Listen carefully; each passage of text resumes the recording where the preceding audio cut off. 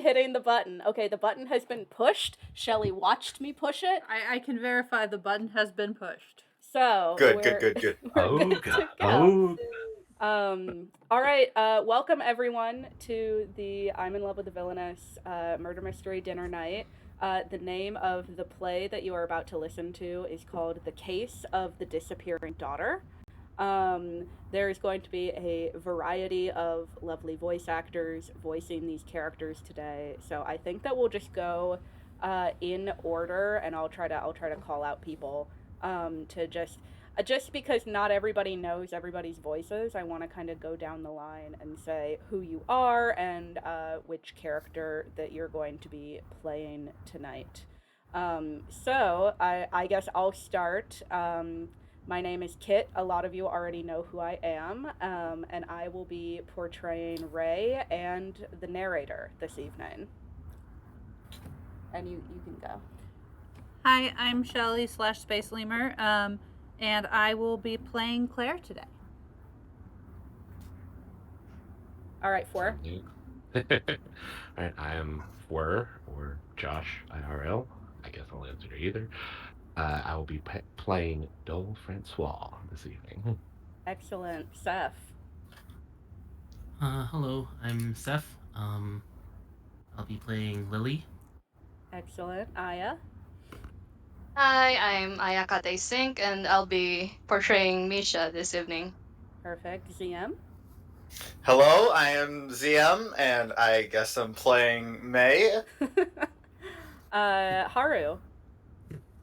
Hi, I'm Haru, or you can call me Haru. I'm going to voice Lene tonight. Excellent. And Aberdeen. Hello, I'm Aberdeen, or Aber, and I'll be playing Aleah. Excellent. All right. So if everyone is ready, here's how the voting is going to work. So we are going to do 3 acts. So there's an Act 1, an Act 2, and an Act 3. As we are performing, be paying attention to the clues that are dropped throughout the play. And in Act 3, there is going to be a chance to vote for who you think the kidnapper is in our story. And if you are able to guess correctly, you will be entered into a raffle, and I will the winner of that raffle will win a actual real life IRL Relayer plushie made by me.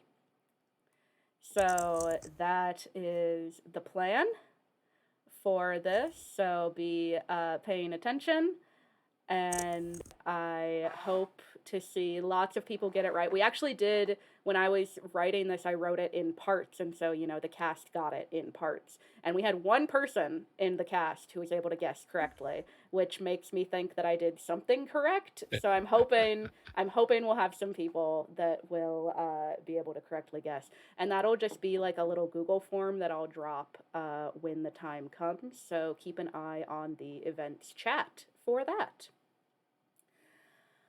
Okay, without further ado, I am going to try to make Discord do what I want, which is, always a struggle. Okay, Discord's not going to do what I want, so we're just going to do this. All right, so I suppose that we shall begin. Act 1, The Daughter Goes Missing. We open on Rae and Claire's house on the outskirts of Fwwr. It's twilight. Everything is starting to shift from day to night. Torches illuminate a picnic table set up in the couple's front lawn, complete with a gingham tablecloth. Atop the table are a variety of snacks, from fresh fruit to candies. There's also a punch bowl filled with a rather indescribable liquid. No one is sure what to make of it. We see Rae dressed up in what appears to be a classic Japanese school uniform. Folks from our world might recognize this outfit as Utena Tenjo from the popular anime Revolutionary Girl Utena. She stands before a small crowd of guests, which consists of her wife, daughters, father-in-law, Misha, Lene, and Lily. Relayer huddles close to the twins, making pleasant gurgling sounds.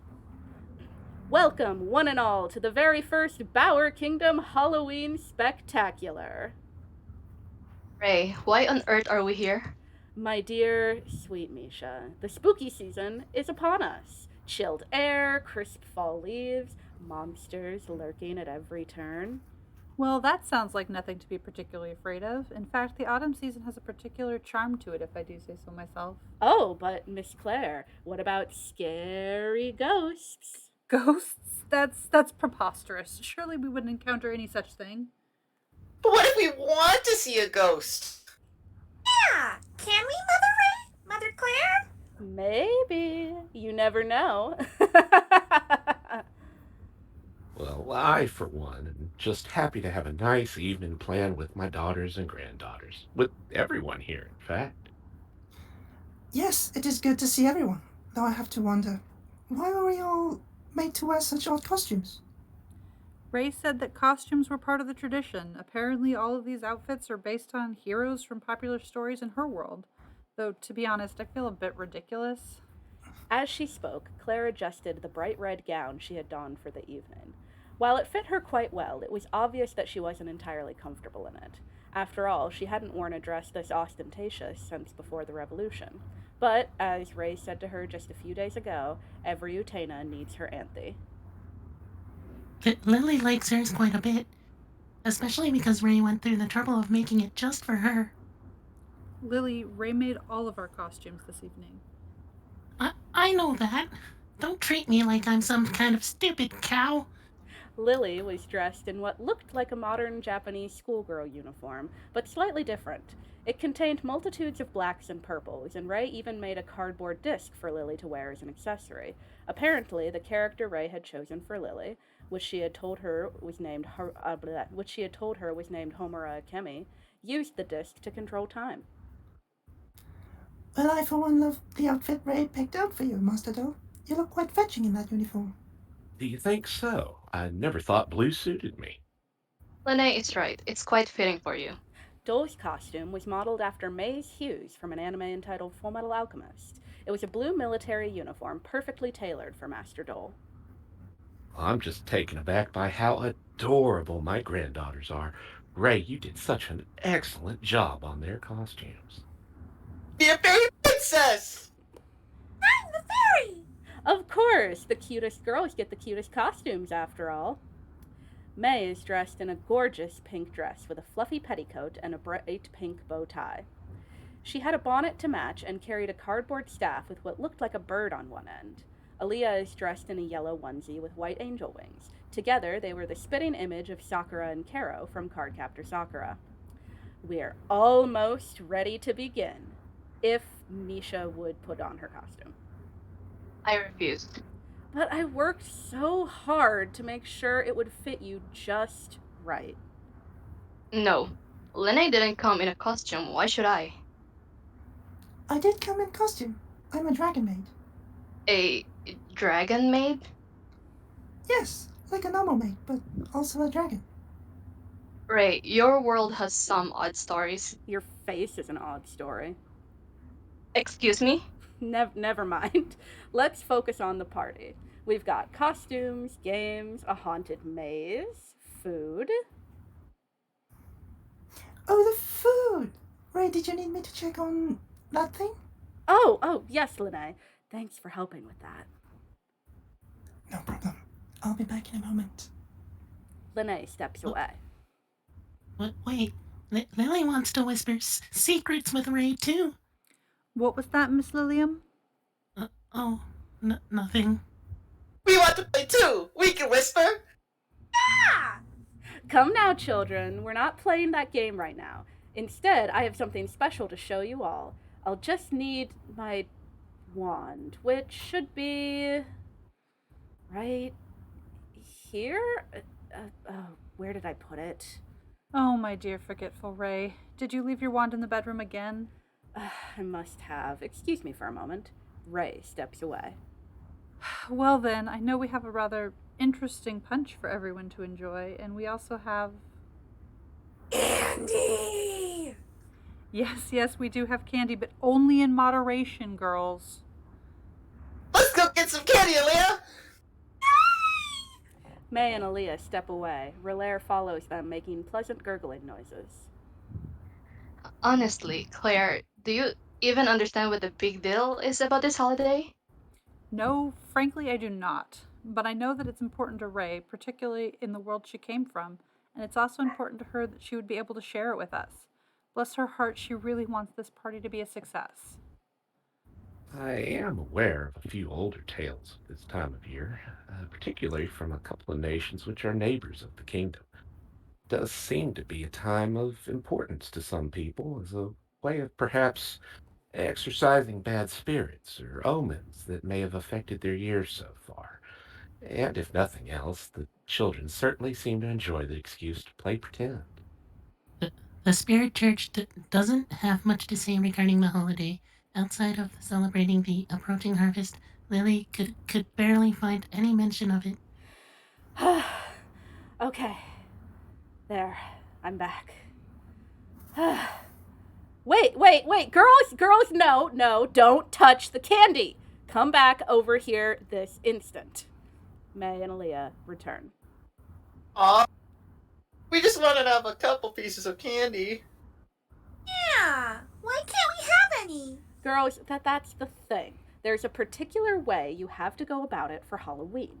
We'll get into it in a little bit, but when you ask for candy, you have to get it from an adult by saying trick or treat. Trick? A treat? Trick or treat? What's that all about? It's just part of the tradition. It goes back to when, if people didn't give you candy, you would play pranks on them. These things are just important, okay? Sign up for any pranks, Rae. Don't worry, there won't be any. When we get to the candy, there will be plenty for silly little girls and for everyone else. Knowing you, I still wouldn't trust you on the pranks. You know me too well, Misha. Lily knows you well too, Rae. In fact, Lily wants to know you even better. Ahem! Lene returns to the group, wheeling out a cart filled to the brim with Halloween delights. There's honey-dipped apples, popcorn, cupcakes, and cookies shaped like ghosts and goblins. A steaming pumpkin takes center stage, with a delightful soup bubbling inside of it. Everyone looks at the food hungrily. Alright, everyone. I've prepared a variety of treats and delicacies for you all at Rae's behest. It was quite a lot of work, but I managed to make a little something for everyone. Let's eat. The group sits down at the table and enjoys a lovely meal together. Misha, Lene, May, and Lily sit on one side of the table, while Claire, Aleah, Rae, and Dole sit on the other side. There! I wanted to sit next to Grandpa Dole!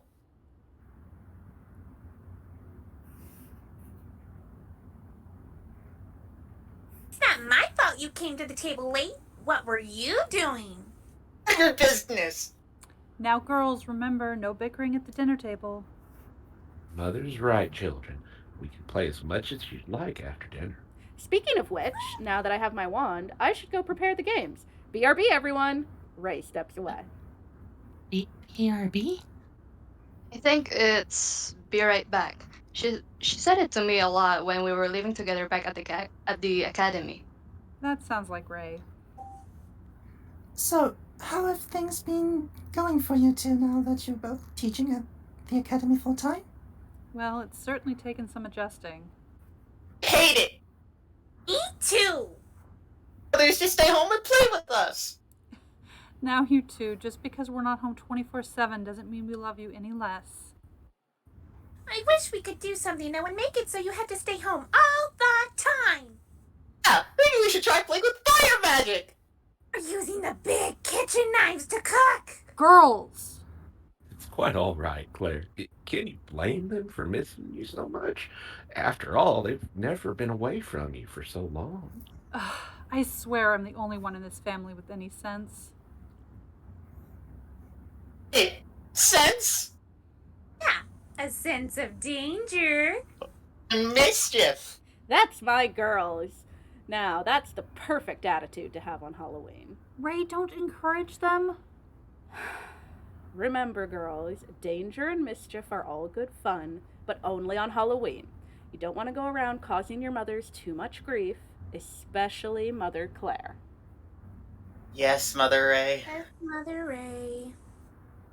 Maybe it's a good thing that that you two aren't around your mothers more. It seems one of them isn't being a very good influence on you. Misha glares at Rae, who glares back at her playfully. The group finishes eating, completely happy and satisfied with the wonderful foods Lene has prepared. All right, everyone, now that we're all fed, I'd like to welcome you once again to the Taylor Francois Halloween Spectacular. I had no part in this. Shh.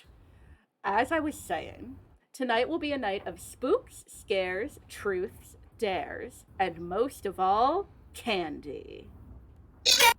Candy!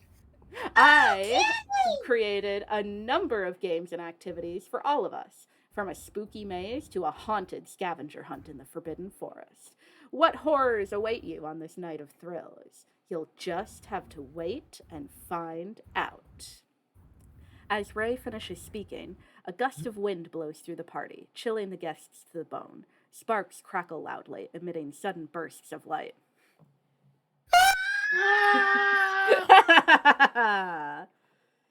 Is that all? Ah, yes.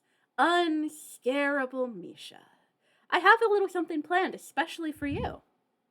Is that so? Indeed. Haven't you ever heard the tale of the creature from Boggswater Lake? No? Oh, Lily has heard this one. Once upon a time, there was a fair maiden, dressed in long, flowing silk robes. She was a woman of high status, with servants and a family who would attend to her every need. Yet, no matter how many of her wishes they granted, the maiden never felt truly fulfilled. Until one day, the maiden met a beautiful knight traveling through her village. The knight swept her off her feet, filling her lonely heart to the brim with joy. The two decided to wed almost immediately. But no matter how much the maiden begged and pleaded, her family wouldn't approve. In the dead of winter, the maiden and knight decided to run away together under the cover of night.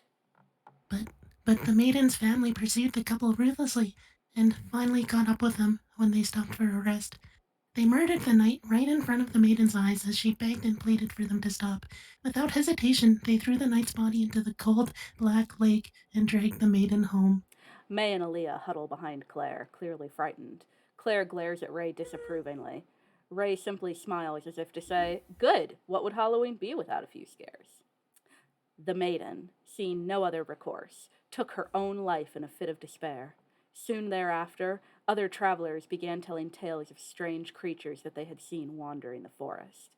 They described a creature covered in weeds and muck, with skin as blue as ice. It crept along in the shadows, grabbing the unsuspecting maidens and dragging them down into the lake. Many say it's the spirit of the night, simply trying to bring his lost love home. And maybe he's coming for you! Is that it? Did you not feel a cold, wet liquid grab you by the hand just now? No? Are you sure? Yep. Relaire, that's your cue! There's a silence as the party comes to a complete standstill. Misha stares at Rae, completely unfazed by her and Lily's story. The twins' eyes dart back and forth, looking frantically for any signs of the creature from Boggswater Lake. Claire rolls her eyes and holds her daughters tightly. Lene and Dole look on expectantly, their bodies tense. Nothing happens. Relaire! Relaire! The silence continues as everyone grows increasingly uncomfortable. Rae turns nervously in a circle, looking for any signs of her slime daughter. I swear she was just here a minute ago. How strange. Didn't I see her over by the dinner table? Rae runs over to the table, searching under each seat and inside every pot. There is no sign of Relaire. Could you have just possibly wandered off? No, we made an arrangement. An arrangement? She was going to help with the events for this evening. I made it very clear. I even baked some cookies yesterday, specifically for this evening. You did? Relaire got tired and took a nap. That's what I like to do after I eat too much. No, that can't be it. Seems as plausible an explanation as any. Shall we get on with the evening? I'd love to get this over with as quickly as possible. This doesn't make sense. Me too, honestly. You will worry if I get home too late. She was just here. Well, I suppose this just means more one-on-one time with my granddaughters then. Someone must have kidnapped her! Thunder crashes and lightning flashes as Rae points an accusatory finger at her friends and family. Okay, now you're just being ridiculous. Why on earth would one of us kidnap Fwwr? Why indeed, Miss Francois? It's not like you ever liked her, is it? You've just been itching for a chance to kick that monster to the curb. Rae! You're right, it couldn't be you. You may have an evil side, but it's not that evil. Regardless, someone here kidnapped Fwwr, and no one is leaving this party until I figure out who. Aleah points back at Rae, and after a moment, May joins her. They both look at their mother with stone-cold expressions. Who's to say you can't kidnap Fwwr, Mother Rae? I have done it! Why would I? Aleah tugs on Ray's skirt, looking up curiously. Are we playing the game right, Mother Rae? Sweetheart, this time it's not a game. Fwwr is actually missing. Someone here must have taken her. Why would someone take Fwwr? And do you honestly think any of us would kidnap her? That's ludicrous. Ludicrous? Or the truth? Everyone gather in the living room. We're getting to the bottom of this. End of Act 1. All right, I'll give everybody a chance to discuss amongst themselves. We're going to take a brief intermission for about 5 minutes before we start Act 2. So we will convene at what is 7:38 my time. 5 minutes.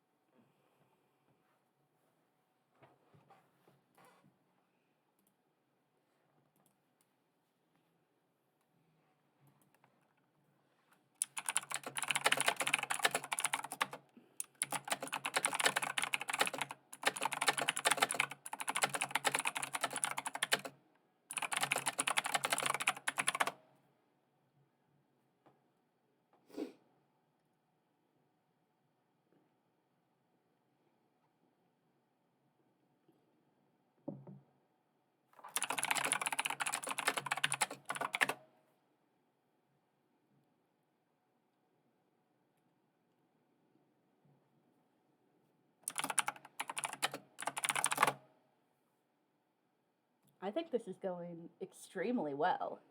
What about you? Are you having fun? We're doing it. We're doing it.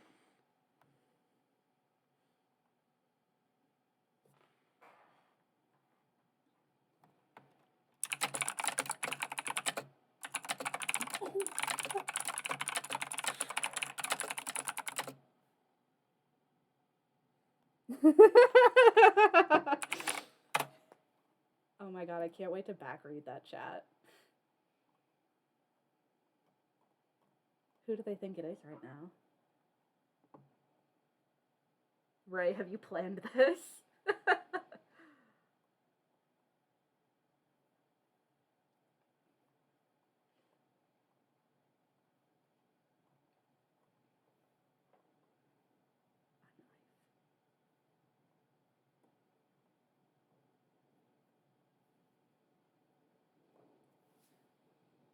Oh my god, I'm so glad that people are enjoying it.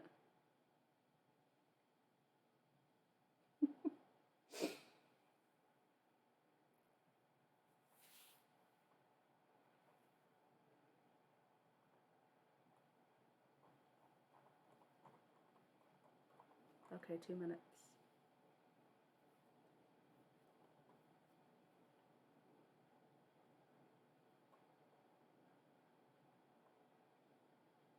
May's immediate reaction was kind of sussy baka.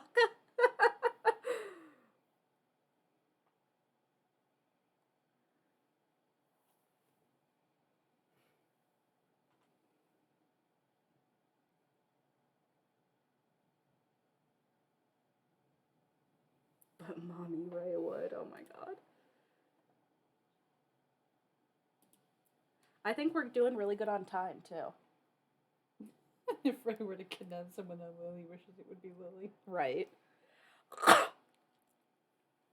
I'm gonna top up my water real quick.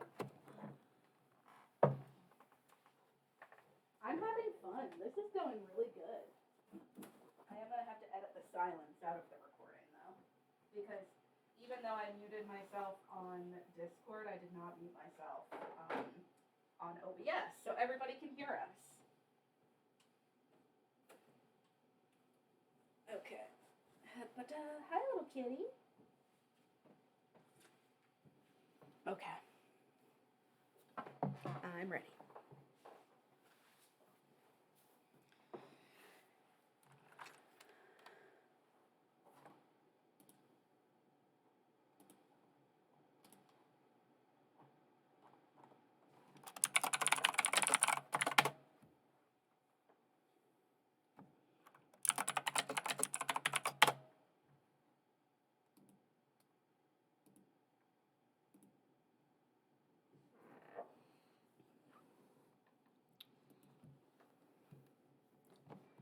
All right, back at it again at Krispy Kreme with the beginning of Act 2 here. I have 7:38 on my clock, so let's get started. What are you saying, baby? You should type in there that you're back. Oh, okay. We are back. Intermission over. There we go. Okay. Shelley says Faye is saying you have mom energy, and I love that. Oh shit, I'm not muted. Fuck. Edit it in post. Okay. Nobody heard that. Okay. All right. Hang on one second. Hang on one second. One second.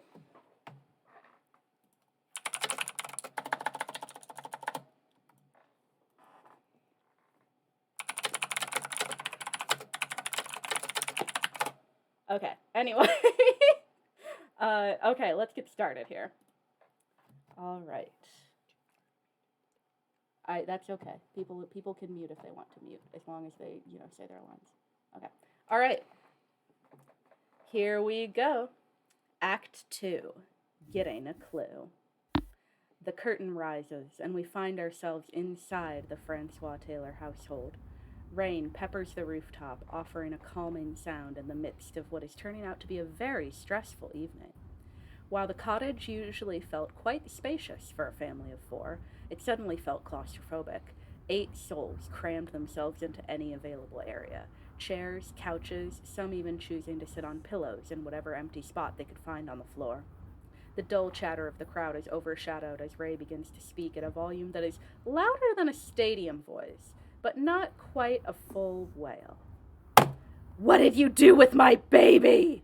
Calm down, my love. I'm sure Aleah must be around here somewhere. Yeah, she's known to just disappear at times, right? Oh, she's probably just playing hide and seek. Yeah, she loves hide and seek. Is this part of the festivities? Haven't the faintest idea. What are you two whispering about? Trying to come up with a plan to cover up your crimes, no doubt. Rae Taylor, accusing me of misdeeds is one thing, but Master Dole would never so much as harm a member of the Francois family.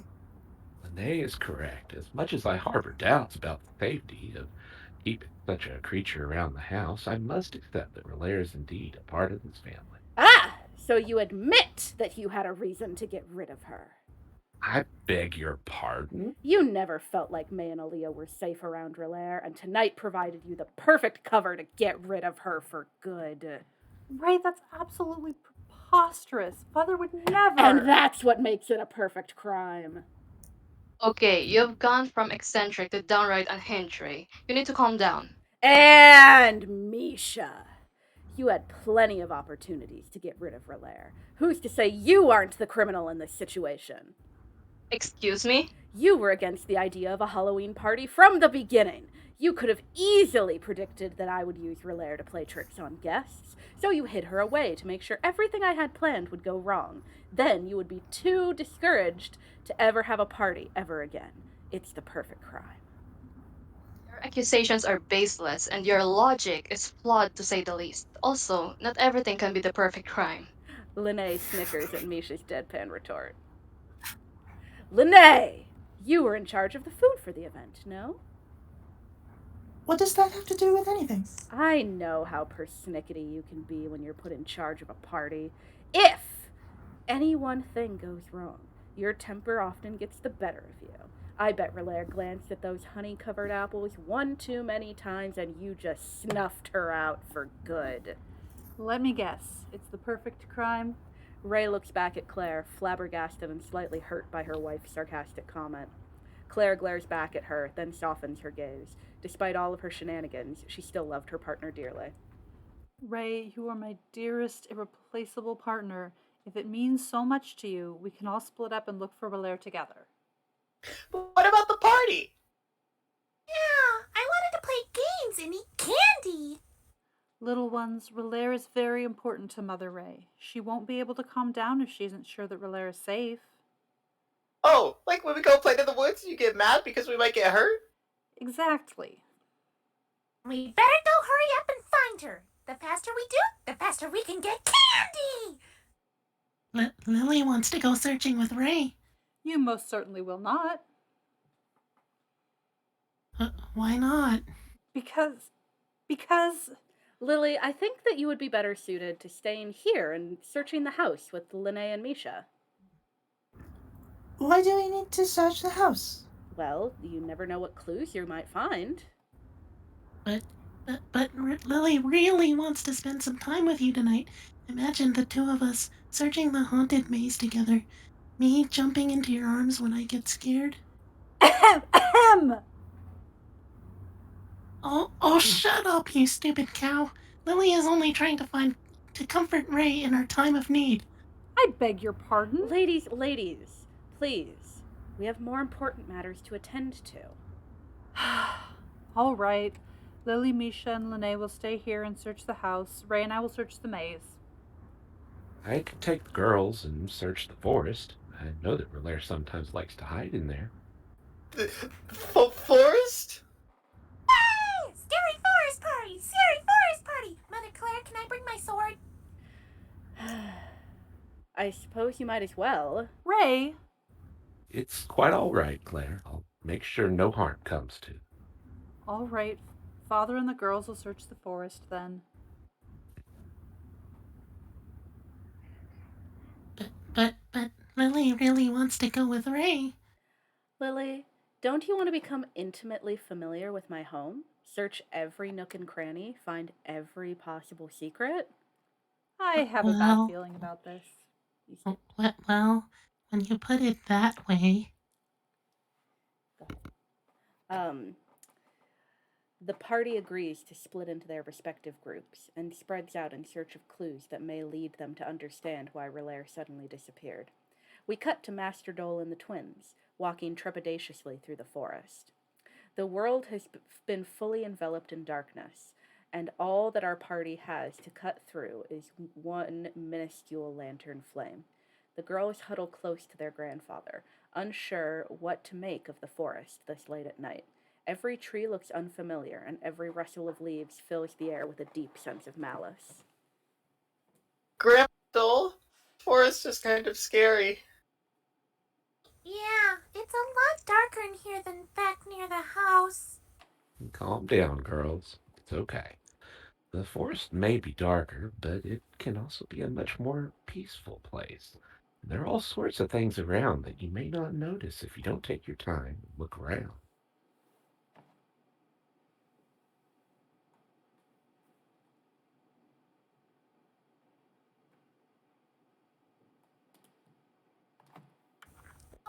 What sorts of, Shh. Hold for a moment, girls. Look up ahead. Dole and the twins see a deer grazing between a pair of trees some distance directly ahead. It hasn't noticed them and is going about its business, unbothered by the cold, unfeeling night. See what I mean? If we made too much noise or weren't looking around carefully, we might never seen that deer. Majestic creature, isn't it? Pretty. The deer perks up and rapidly prances away. May, why did you do that? I wanted to say hi to the pretty deer. Oh, I suppose I can understand that. She was pretty. Let's see if we can find any traces of your little water slime. She may be dangerous, but it's clear that you all do seem to really care about her. Makes me happy to see how much joy she brings you all. Except when she helps May cheat at games. She too. Does not. I won tag yesterday, fair and square. When Valère tripped me. Maybe if you paid more attention. Girls, goodness me. If I had just an ounce of your energy, perhaps I could finally get rid of this cane. Wait, what's this? Gesturing with his cane, Dole points towards a trace of what appears to be water slime residue. The trail leads deeper into the woods, with streaky spots all along the forest floor and up against the tree branches. Could have been behind by Valère. Yeah, she leaves little tracks like that all the time. Well, let's follow it. Seems to head in this direction over here. Make sure you girls have your wand and sword at the ready. There's no telling what we might encounter.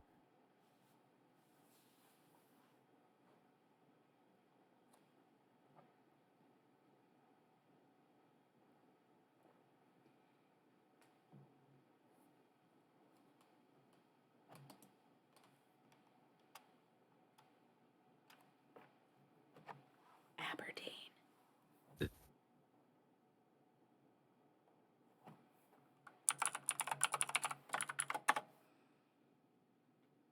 Aberdeen, did you die?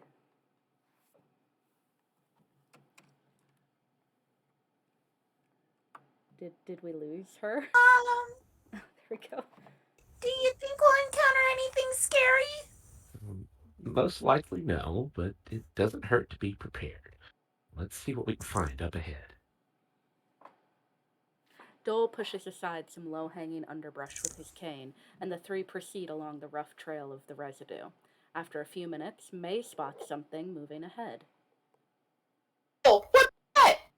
Dole holds up his cane and the three stop in their tracks. He looks ahead, seeing a small blobbish outline rummaging under one of the nearby trees. It has a faint iridescence, allowing him to clearly discern what kind of creature lay before them. Girls, I do believe that's a young water slime. We found her!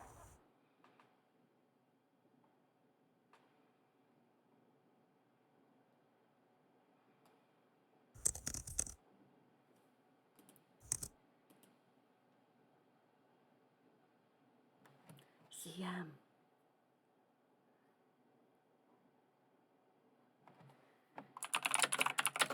Let's wait. Aleah and May take off running toward the water slime, with Dole keeping up as best he can. The water slime, noticing their presence, scoots and hops away.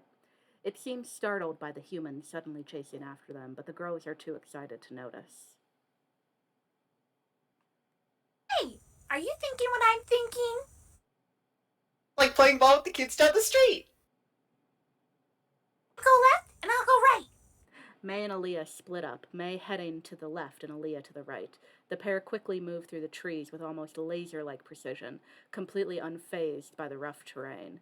They quickly overtake the water slime and converge a short distance ahead, trapping their target. Yeah. Ah, wait.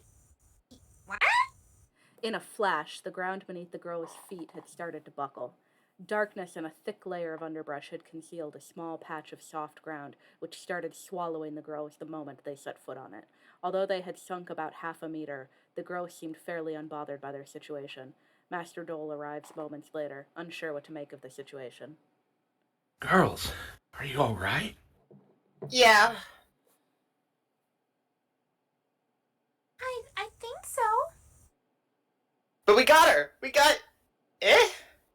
May looks carefully at the water slime and notices something missing. That familiar yellow stone that gave Rae her distinctive appearance was completely absent from the creature's core. This was a wild water slime.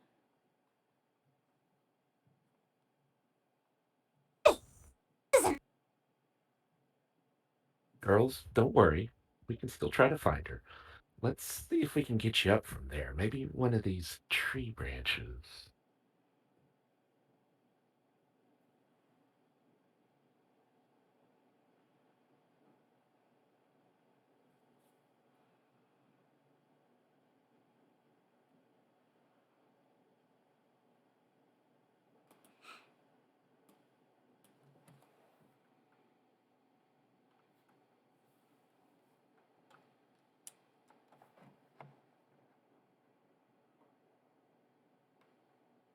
Did we? I think we lost Aberdeen.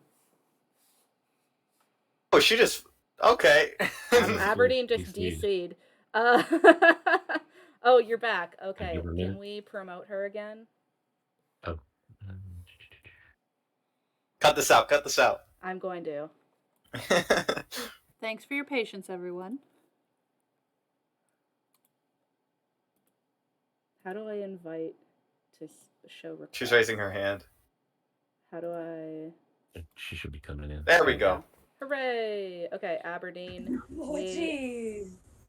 We left off on the... I'll do my bit. I'll do this bit again. May looked carefully at the water slime and notices something missing. That familiar yellow stone that gave Rae her distinctive appearance was completely absent from the creature's core.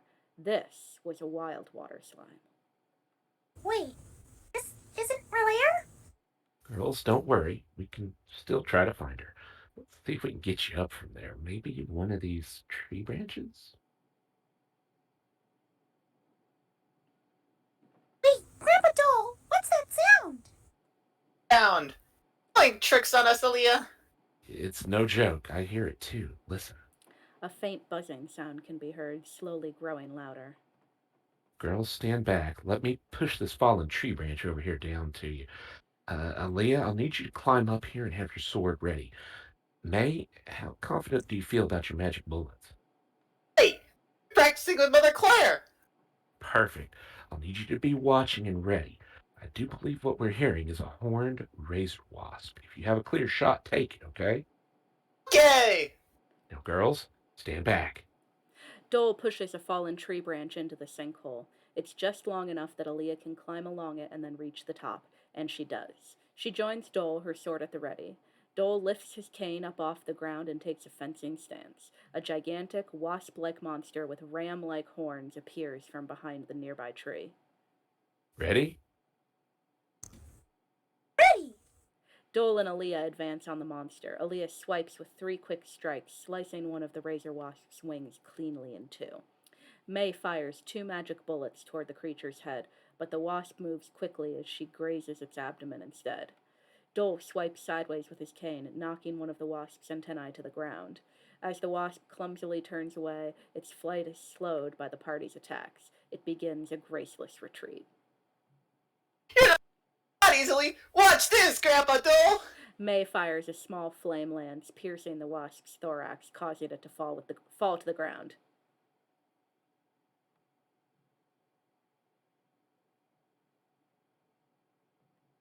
Gotcha! Aleah runs up to the wasp, piercing it with her sword. Dole walks up behind her and finishes it off with his cane. The razor wasp lays motionless on the ground, thoroughly trounced by our intrepid adventurers. Well done, girls. Well done. May, can you make it up the tree branch? Sure can. I'll be up there faster than Aleah was. May vaults herself up the tree branch, closing the gap to the top of the sinkhole, at least as fast as Aleah did, true to her promise. No fair! You boosted with magic!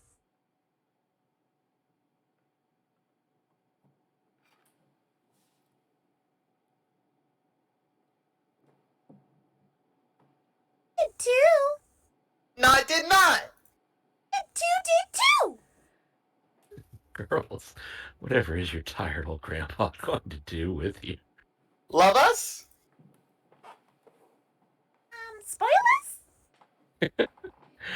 Well, I guess you do have me figured out. And look, the slime trail may not have been slime at all. Dole bends down, grabbing a bit of slime between his thumb and forefinger. He presses his digits together, the viscous liquid sticking to his skin. Relaire's slime was much different from this. It was nearly indistinguishable from water at times. This was much different. I do believe this is honey. Honey? Girls, come on. We can follow this trail back to the house. I guess your little monster must not be out here after all. But I do see two little monsters who need some candy. Dole, May, and Aleah follow the trail of razor wasp honey back to the house. As they do, Dole can't shake the feeling that he'd seen this honey used earlier in the evening. Back at the house, Misha, Lene, and Lily begin their search for more clues. Lene, I need your opinion here. Do you really think Relaire is missing? Honestly, I'm not sure. Sometimes I even have difficulty telling when Rae is serious and when she's just messing around.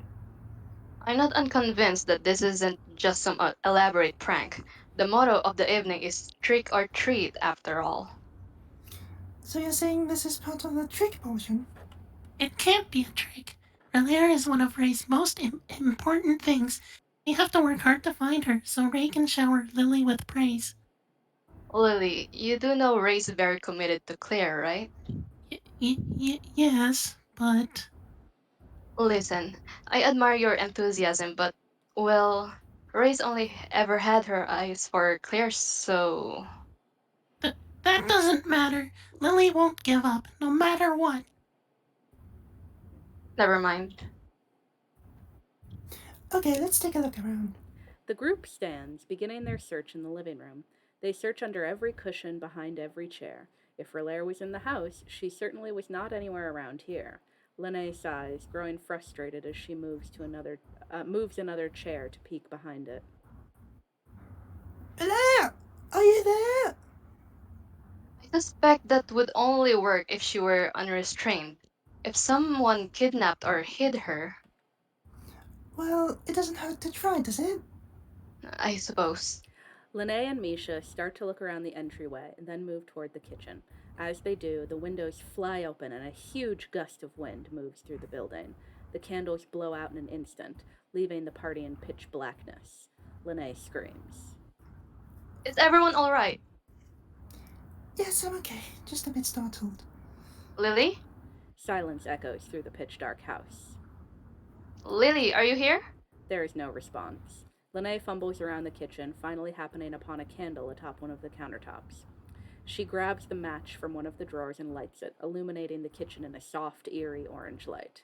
The pair look slowly around the room, but Lily Lilium is nowhere to be seen. Where on earth did she get off to? Bet she's knocked off to go find Ray and Claire. I wonder, could she be using the cover of dark to hide evidence? Misha and Lene ponder that possibility for a moment. It was perfectly plausible that the young nun would hide Relaire in order to get closer to Rae. But would she really be able to get away with such a thing while Claire was watching her like a hawk?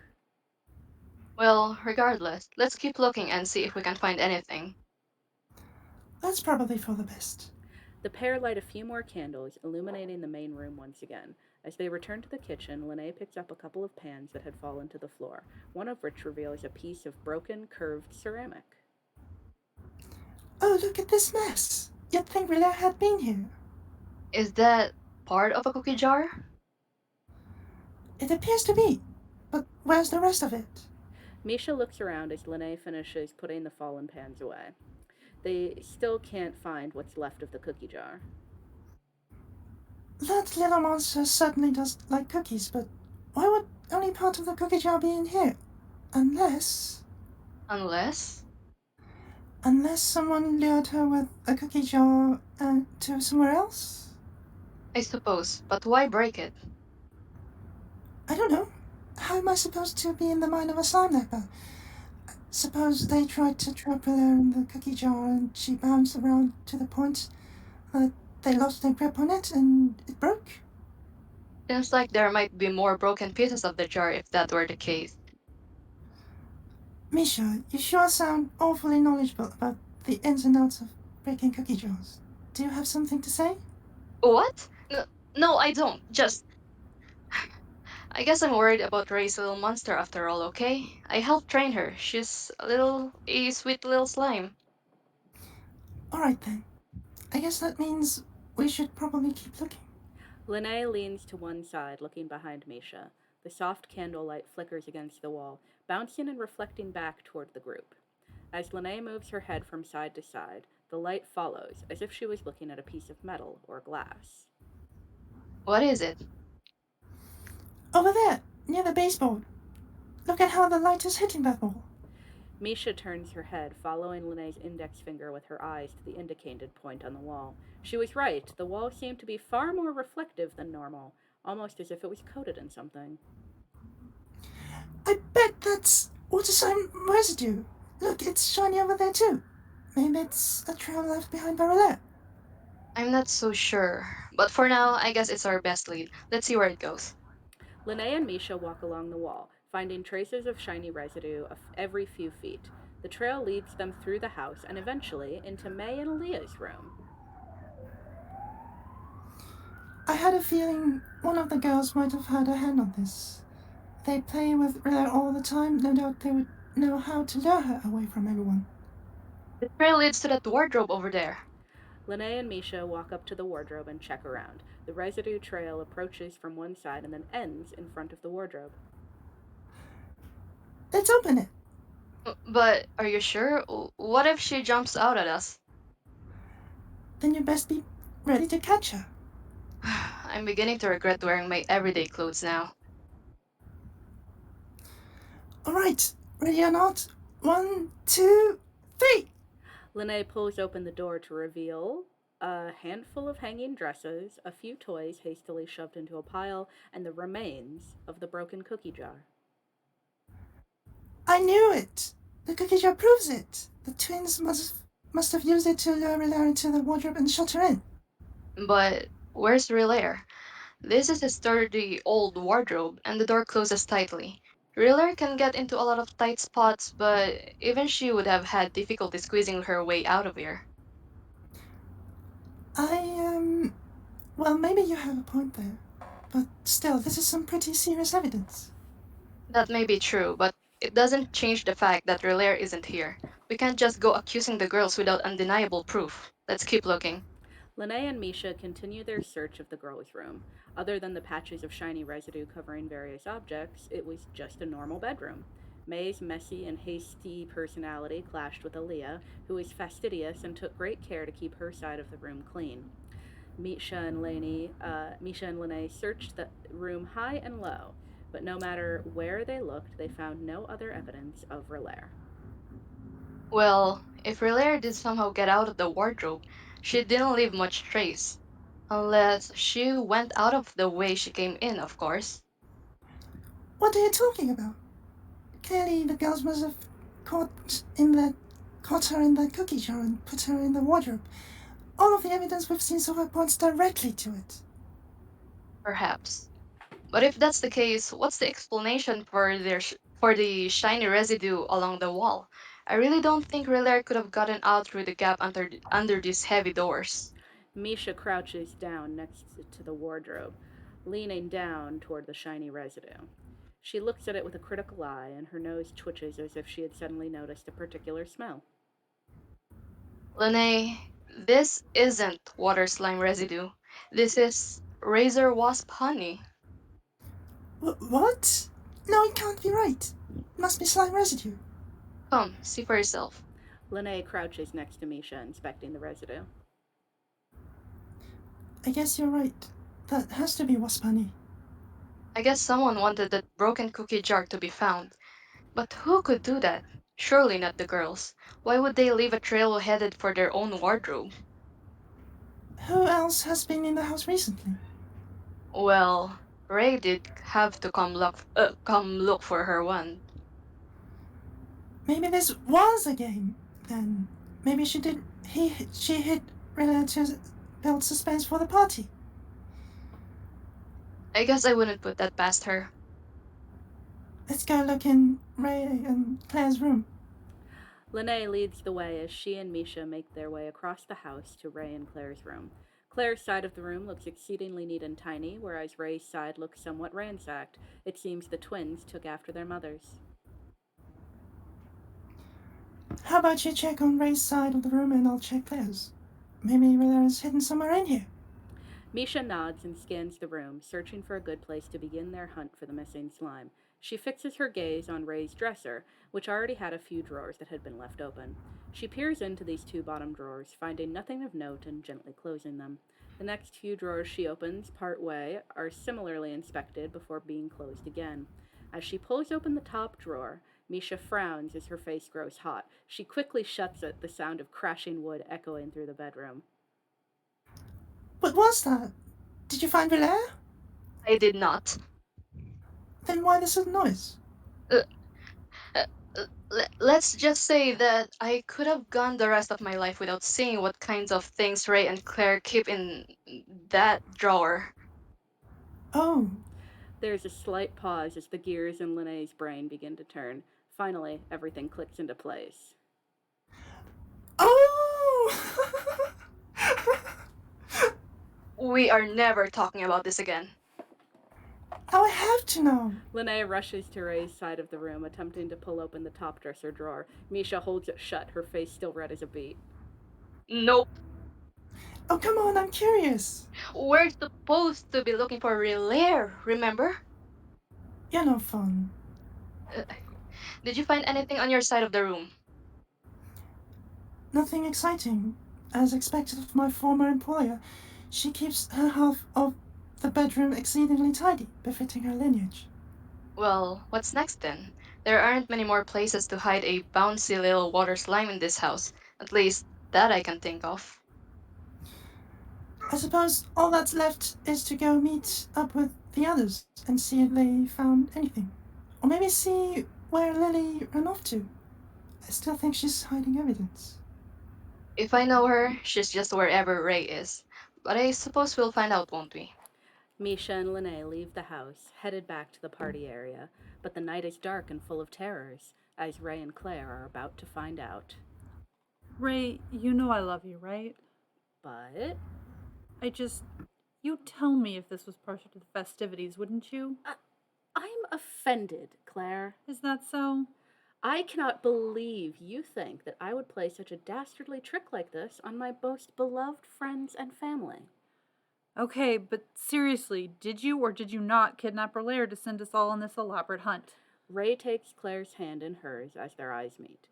I swear to you, on everything I hold dear, I did not kidnap Relaire. Are you sure? Oh my god, yes! I can't believe. As Rae and Claire approach the entrance to Rae's haunted maze, they hear a rustling coming from deep inside. The wind picks up, blowing out the torches at the entrance. Thinking quickly, Claire conjures a small fireball in her hand, illuminating the world around them. But where there had been space between the couple just a second ago, a mysterious figure now stood. In a flash, the figure enveloped Rae in its cold embrace. Rae! Rae struggles to escape the figure's grasp, but it only takes a moment of fighting for both her and Claire's eyes to adjust to their new light source. The figure comes into focus, revealing Lily Lilium, who has trapped Rae in an inescapable hug. Don't worry, Rae. Lily will protect you. Lily? Where did you come from? Lily could sense that Rae needed her help, so she came as quickly as she could. No one is in need of your assistance, Miss Lilium. Lily, I appreciate your enthusiasm, but could you please let go of me? Lily releases Rae, looking a bit sheepish. Thank you. Well, since you're here, why not help us explore the maze? Don't you think it would be better for her to head back to the house? Misha and Lene might get suspicious. Lily doesn't care about them. Lily wants to help Rae out however she can. Well, while I can appreciate your determination... Oh, come on, Claire. Having more people will just help us be more efficient in our search, wouldn't you say? Claire glances at Rae, grumbling a bit to herself. Rae smiles, putting her arms around Claire in a reassuring embrace. I promise, it'll be fine. All right, I suppose there's no helping it. Hooray! All alone with my beloved Rae in a spooky maze in the dark? I can hardly contain myself. I'm still here, you know. Rae, did you hear something? Claire scoffs and grabs Rae's hand as the group heads into the maze. The wind had blown out all of the torches, so Claire got to work lighting them as they made their way through. It served as a handy way of marking where they had and hadn't been, and served to alleviate some of the anxiety that walking around in the unfamiliar maze had brought. Although they searched carefully, there was no sign of Rae anywhere. Wait, I don't see any torches in this part. Oh, right! Yeah, this is the part that's meant to be traversed entirely in the dark. Seriously? Oh, this is fun. Don't be scared, Rae. Lily will hold your hand the entire time. Excuse you? Lily grabs Rae's other hand, tugging her slightly closer. Claire tugs back, shooting Lily an extremely villainous look. An eerie creaking noise bellows from the darkness. Rae, there aren't any ghosts in this maze, right? Ghosts aren't real, you flaccid narwhal. What? Don't worry, my love, there are definitely no ghosts. The creaking grows louder, joined by a ghostly wail. The ground begins to shake beneath the group's feet, and suddenly a large shadow overtakes them completely. A giant stone golem limps toward them, its arms outstretched. Lily and Claire scream, both clinging to Rae. Rae stands unmoving, fishing her wand out of her pocket. With a simple incantation, the golem stops in its tracks. Rae, what on earth is that thing? One of my earth minions. Pretty scary, huh? Claire and Lily exchange glances, realizing they're both still clinging tightly to Rae. Lily jumps away as Claire loosens her grip. They both grab Rae's hands once again, continuing their glaring contest. Rae sighs. Well, let's continue on, then. The party makes their way through a dark part of the maze with no issues. As Claire once again begins illuminating torches, Lily spots something on the ground near one of the walls. Look, over here. Rae kneels down and examines the odd bits littering the floor of the maze. These are cookie crumbs. Cookie crumbs? Doesn't Rae really like cookies? I wonder if she got lost in the maze and left this trail behind as she was wandering around. Or the kidnapper used this trail of cookies to lead her into the maze, where she was captured and hidden away, where they thought no one would be able to find her. I think Rae getting lost is a much more plausible explanation than someone deliberately kidnapping her. For once, I think Lily thinks she agrees with Miss Claire. No, Rae's too smart. Plus, she could jump over these walls pretty easily. They're not that high.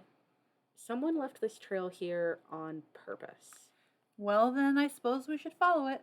Let's go. The group follows the trail of cookie crumbs throughout the maze, taking several wrong turns, running into dead ends, and generally ending up more lost than before. Honestly, there doesn't seem to be a pattern to this trail at all. It's looking more and more likely slime just wandered off. No, we're missing something. I can feel it. As they head down the next hallway, Lily spots a damp cardboard box near a poorly lit corner. She drags Rae, and by extension Claire, toward the anomaly. Look! Look! It's a box. What of it? No, Lily's right. I didn't put this here. This isn't part of the maze. It just looks like a damp box. What does that have to do with... Oh! You thinking what I'm thinking? Someone tried to shut Rae up and leave her here in the maze. This is the leftover cardboard that I had from making the costumes. Cardboard? The stuff my shield is made of? It's basically a type of stiff paper made from adhering several sheets of thick paper to each other. I made some to use for the costumes, and then I wanted to box some things up around the house. But it's not watertight. Wet things seep through cardboard quite easily. Where were you keeping all the leftover cardboard? In the bedroom at the house. Rae, are you okay? I think I know who did this. Let's go meet everyone back at the house. End of Act 2. All right, we're going to take another 5-minute break. We will reconvene at what my clock says is 8:21. Feel free to continue to chat amongst yourselves, and we will be back in 5 minutes.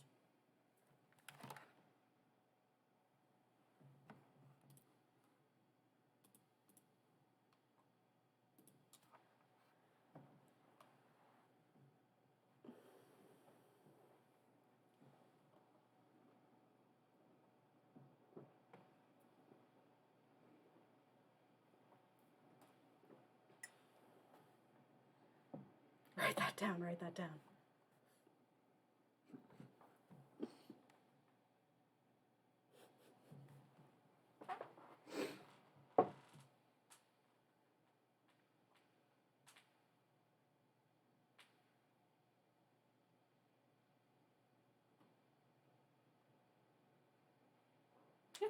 They just keep bringing it up. It's great.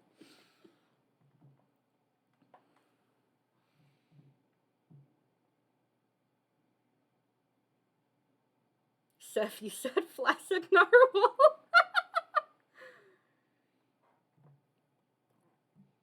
Who all has wind magic? Thane, Lily, Misha. Does Lene have any magic, or Lene? I don't think so. Oh my god, the group chat is poppin'. Water break, go, go. Daryl lost it at flaccid narwhal. Good.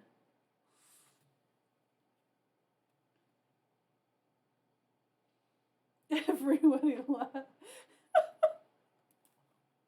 Everybody's losing it.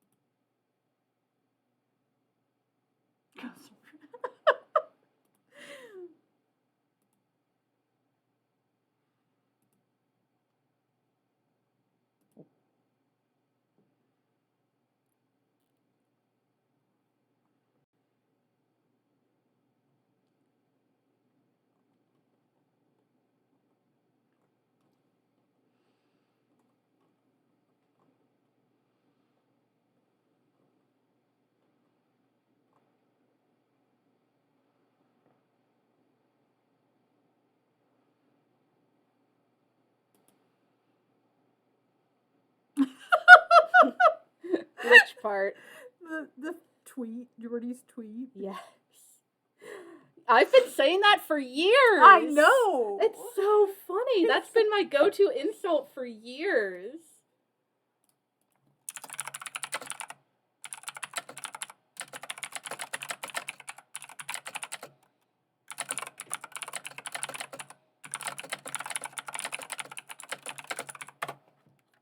I need to pee real fast. Real fast. I know. I'm gonna go pee like the wind. Pee like the cat. No. Maybe.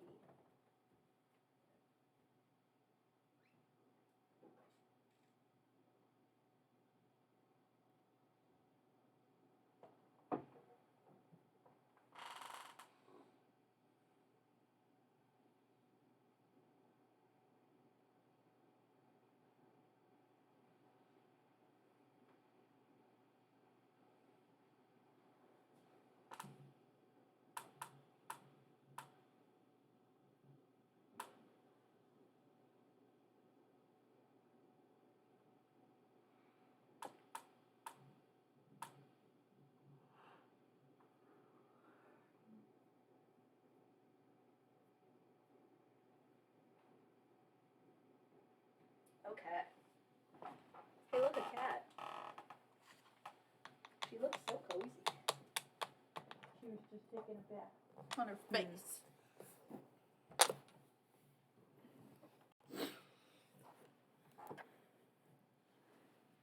Okay. They're literally playing Smash right now. Are they really? I think so. Okay, you ready for the final act? Good.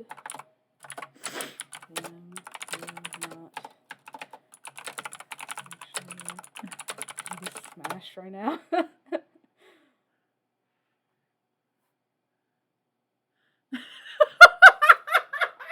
Okay. You're just fucking losing it about the flaccid narwhal shit. I'm losing it about everybody losing it about flaccid narwhal. Alright. Alright. It is 8:21. Starting again, everyone. Let's get ready to rumble. Alright. Act 3. Relaire revealed. It's been a long, frightful evening. Have you been scared? Our intrepid cast certainly has. As the curtain rises on our final act, we see our cast of characters gathered once again in the living room of the Francois Taylor household. The group, now visibly more tired than before, have all reclaimed the cramped seating arrangements they had decided upon earlier in the evening. Everyone waits with bated breath as Rae paces back and forth across the room. She's filled with determination, ready to unmask the nefarious villain somewhere among them. Rae, I'm sure you're wondering why I've gathered you all here today. Rae, we gathered ourselves. Silence! Now, as you all know, someone among us has kidnapped my precious Relaire. Now that we've all had the opportunity to look around for clues, I think that I have a fairly strong suspicion as to this villain's true identity. But before we dive into that, I think it's best that we review what we've found so far. Master Dole, you were with the twins in the forest. What did you see? Well, once we had walked a few meters into the woods, we noticed the trail of a water slide. You did? A water slide, my dear. We followed it deeper into the woods, but once we captured it, we realized it wasn't Relaire. On top of that, the trail we were following appeared to be water slime residue at first brush, but upon closer inspection, we realized that it was simply a trail of razor wasp honey.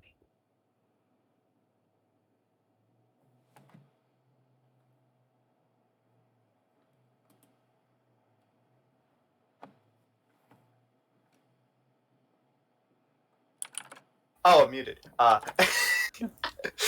Grandpa Dole, don't forget to talk about how cool it was when we fought off that big mean razor wasp. You did what? Yeah, and how May and I both raced to climb out of that big pit that we fell into. Excuse me? Father, what is the meaning of this? You promised you would keep the girls safe. I can explain. First Relaire, now my daughters? Rae grabs the girls and hugs them tightly, tears beginning to form in her eyes. May and Aleah squirm a bit as they try to escape their mother's grasp.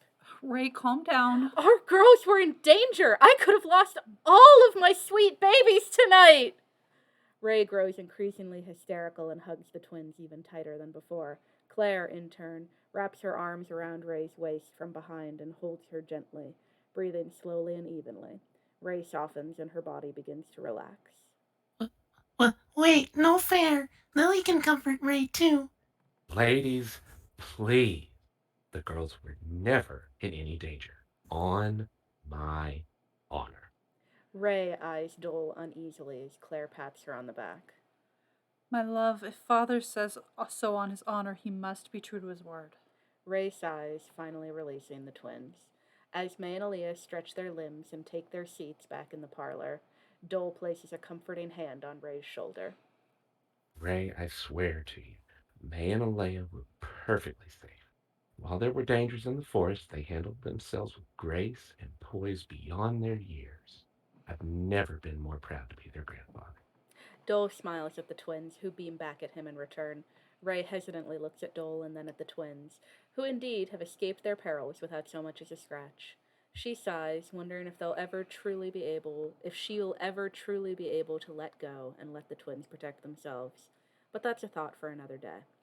So, you're saying all you found was a trail of razor wasp honey? Yes, I was surprised because at first it looked almost identical to water slime residue. That's odd. Why is that? Well, Lene and I also had an issue with the trail of razor wasp honey. Is that so, Misha? Rae takes a menacing step toward her friend, an accusatory look in her eye. Don't give me that look. I'll give you whatever look I want. But Lily wants Rae to look at her. Lily found clues too. Lily, Rae, please, let's hear what Misha has to say. As I was saying, we also found what we thought was a slime trail, but it also turned out to be razor wasp honey as well. The trail led from the kitchen to the twins' room, It where. led to the twins' wardrobe, and there was a cookie jar in there. What? May, Aleah, what did you do? Mother Rae, we didn't do it, I promise! Even though Rae helps make cheetah games and eats all our candy, we would never, ever kidnap her.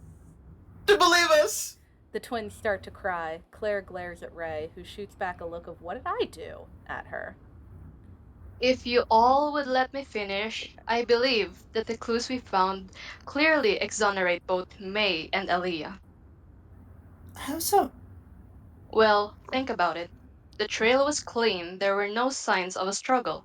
Even inside the wardrobe, there was just a singular puddle of honey. If Hilaire had really been trapped, the whole wardrobe would have been covered in slime. To bounce around, especially in tight spaces. On top of that, the cookie jar doesn't look like it was broken accidentally. If you look at the pieces, it appears to have been smashed with a tool rather than by a rambunctious water slime. It all seems like an attempt to frame the twins for a crime they didn't commit. Well, then, it sounds like we have two instances of razor wasp honey being mistaken for a water slime trail, one outside and one inside. But if the cookie jar was smashed, what happened to its contents? Rae just baked a fresh batch of cookies yesterday.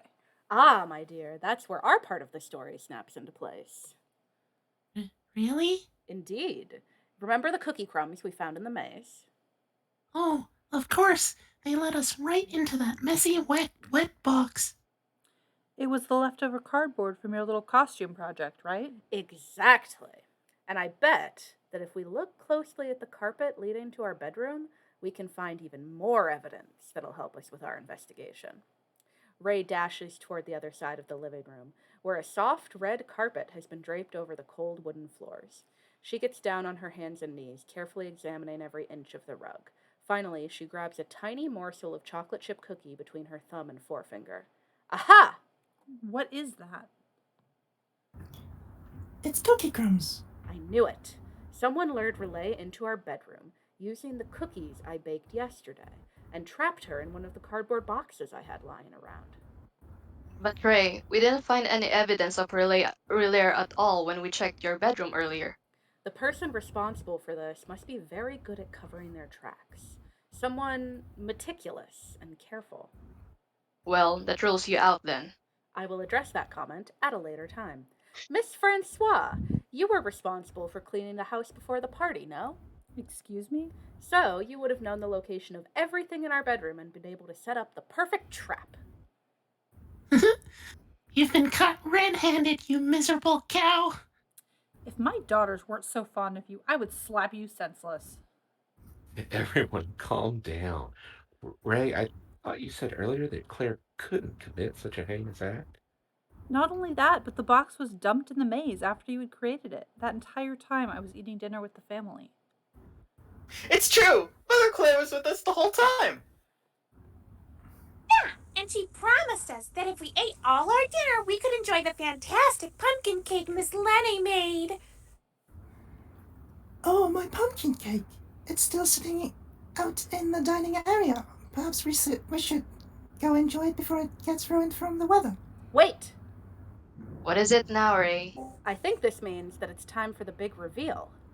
What? You know, the part of the murder mystery where the big twist happens, revealing the villain's true identity once and for all.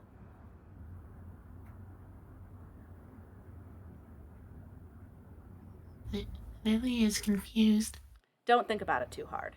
The important thing is that before we go enjoy this cake, we need to give the audience a chance to cast their votes. Audience? Mother Claire, is Mother Rae okay? I think this is just one of those things your mother talks about that we're just not meant to understand, my dear. Never mind. Let's just take a quick break while the audience casts their votes. We'll meet out in the courtyard in 5 minutes. The stage has been set. You have all the clues. But maybe this mystery has left you confused? Regardless of that, let's do a vote. Who is the villain of the story we wrote? All right, I am going to go ahead and drop that link in the Google, the link to the Google Doc in the events chat. It is coming right now, so there you go. Go ahead and vote for who you think the murderer is. Vote, vote, vote. I'll give you guys 5 minutes to vote. Can I close what before the reveal? So that people can't wait until the reveal to do the vote. Yeah, I'll close it. I'll close it before we do the reveal. I got it.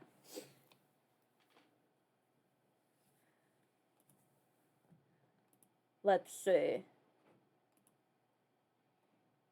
I'm excited to see responses.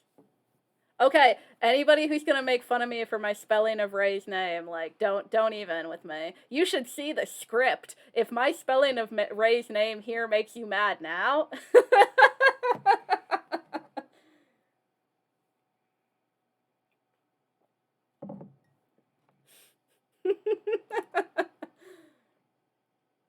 Lamau, cute evil laugh.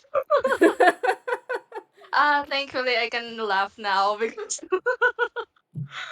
you guys are torturing me. I seriously can't believe that I was able to get through the scene with you and Haru without dying. I'm surprised with myself too. Oh man. I was dying. I'm so glad like, that I get to laugh. it's so unfair. How to get to like laugh at my face? Been a lot of What fun. time are you cutting it at? I'm gonna cut it at let's say 35. So two more minutes. 2 more minutes. Well, it's taken, guys. Scroll up. Go, guys. Go, go, go. If you can't guess, just any, mini, miny, mo. Right? I was gonna say, just give it your best guess. Yeah. Don't roll the dice. Faye, please. Just bet on RNG. Go. Right?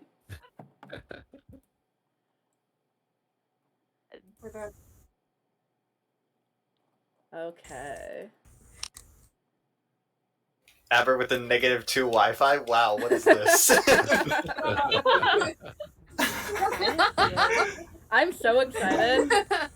I think that everybody who's in the thing. I'm gonna still give it 60 seconds. 60 seconds. Go, guys. Go, guys.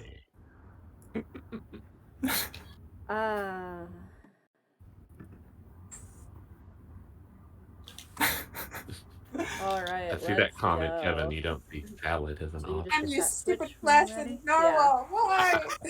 Flash and narwhal is already our first meme of the night. It's literally my favorite thing. to say now. Same.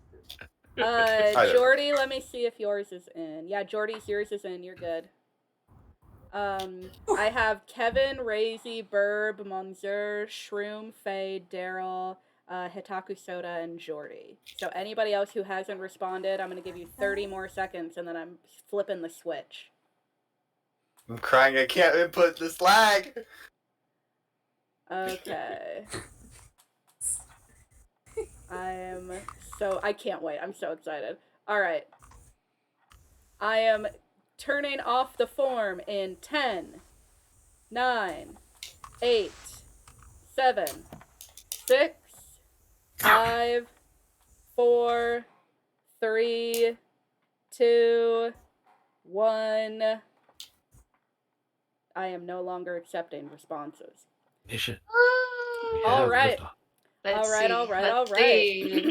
Let's go, guys. Let's go. 5 minutes pass as the party gradually makes their way out to the courtyard. Lene wheels out a gorgeous silver food trolley with red velvet cloth draped over a promising pumpkin cake. Everyone takes their seats at the table, ready to take a break from the mystery and enjoy some cake with their friends. Everyone except Rae, who's looking at the trolley expectantly. Ladies and gentlemen, mesdames and messieurs, I'm proud to present to you my finest culinary achievement, a 4-layer pumpkin cake with cream cheese, frosting, and a honey glaze, topped with candies exclusive to the Alps. I'm premiering it at Fwwr in just a few weeks, but you all get to be the first to taste this one-of-a-kind creation. Lene proudly pulls the cloth from the trolley, revealing a very fat water slime. Her yellow core glistens in the firelight as she sleeps soundly on Lene's half-eaten Halloween delicacy. The cake itself has been bitten, licked, and smushed into a nearly unrecognizable state. The entire party gasps as Lene stares in shock. You little monster! She grabs Dole's cane and begins brandishing it at the sleeping slime, who hardly registers her white-hot anger. This is why I tried to get rid of you in the first place. How dare you eat all my hard work? Another gasp echoes through the party as Lene slowly registers the words that came out of her mouth. She freezes on the spot, her eyes darting around to each member of the group. Finally, they land on Rae, who's currently wearing an expression she cannot quite parse. Who's that? Sabi ko na nga ba, I knew it! Lene? I only wanted to subdue her temporarily. I was going to bring her safely back to the party after the festivities, I swear. Lene Aurousseau, what have you done? It's where she was eating all of my hard work. I slaved for hours in your kitchen, only to turn out and find out all of my creations hastily gobbled up by this beast of a creature. Caramel apples. They were coated in razor wasp honey. I knew I'd seen that honey somewhere earlier this evening. Lene, why did you try to hurt Relaire?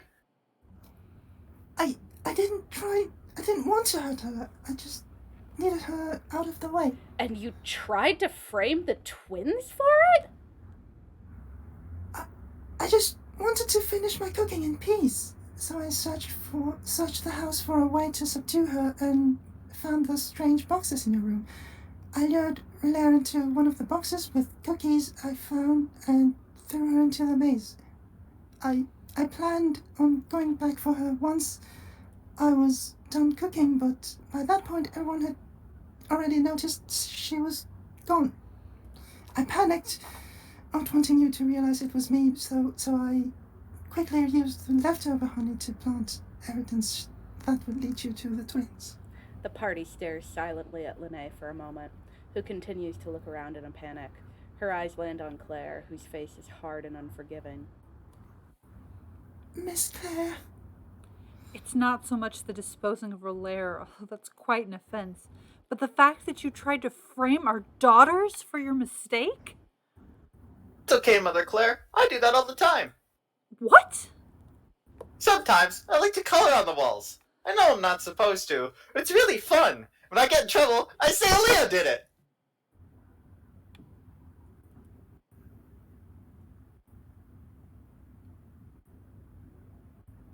Aber muted.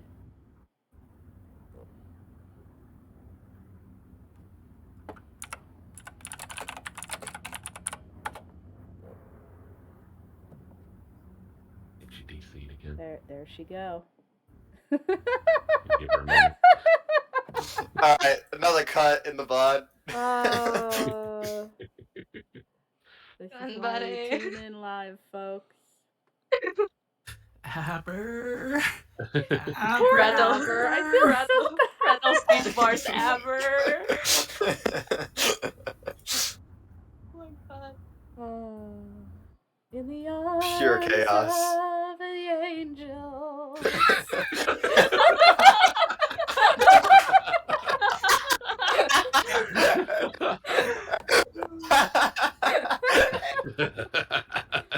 Oh my god.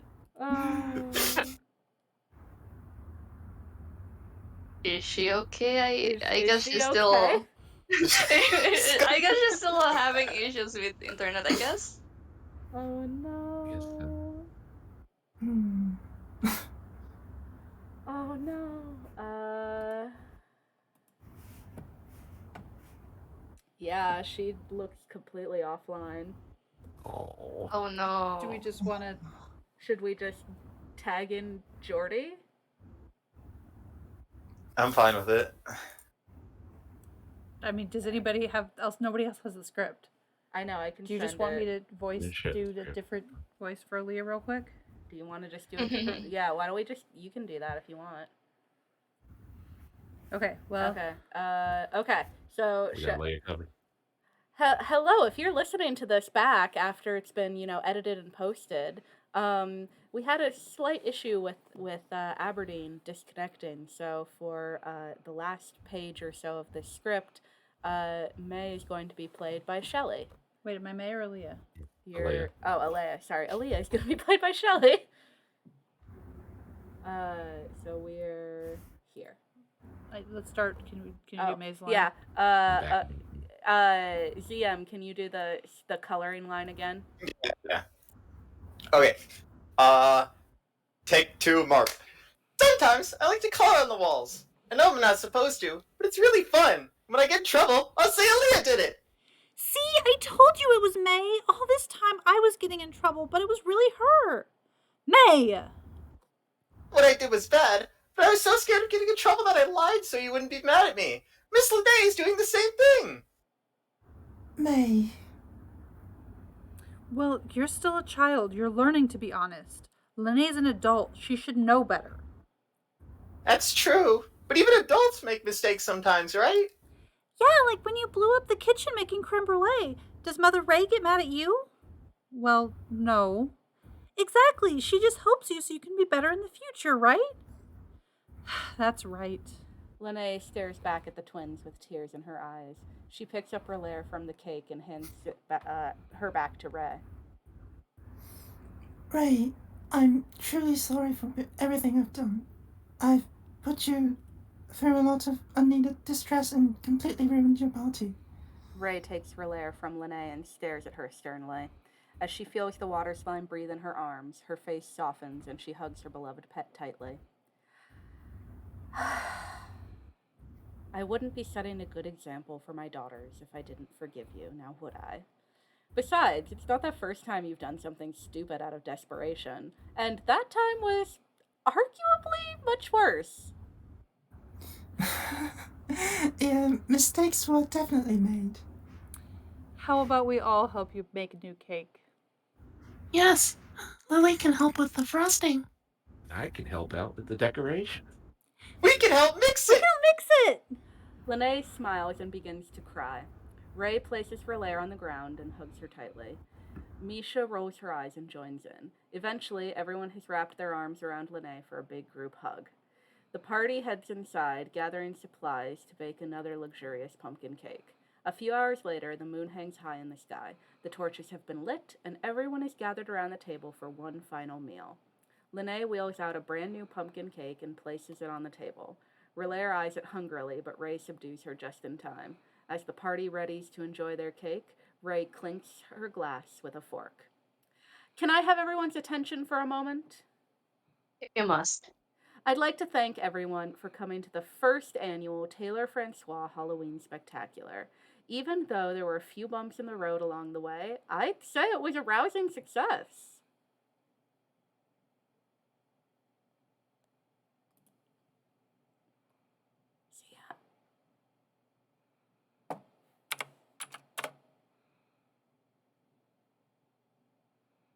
I had a ton of fun. Yep. Relaire bubbles and snuggles up to Lene, who hesitantly smiles at her. Even though everything didn't go exactly as you planned, I know I'll cherish my adventure with my granddaughters for the rest of my days. And Lily will cherish the memories she got to make with Rae. I'm still right here, Miss Lilium. Regardless, I cannot thank everyone enough for coming out and spending an evening with me and my family. It was the most fun I've had in quite some time. I agree. Let's do this again. Maybe without all the talk of ghosts and goblins next time? All right, everyone, let's dig in. Happy Halloween! Happy Happy Halloween! Happy Halloween. The end.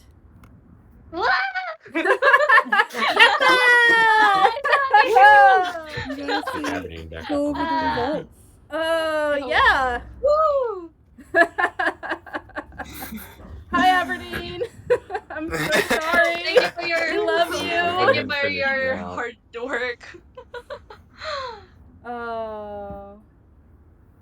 Thank you all, like, literally, I know I wrote this all into the script, so I didn't have to say it twice, but thank you everybody who came. And thank you, Yes, like, thank I you just, all. like, a round of applause to all of our amazing, wonderful voice actors for this evening. Like, this literally could not have happened without your volunteering and your wonderful opportunity, so. And for Kit's wonderful script. Yes, True! exactly. Yes, It's yes. going up on Thank you for the 802 script. later.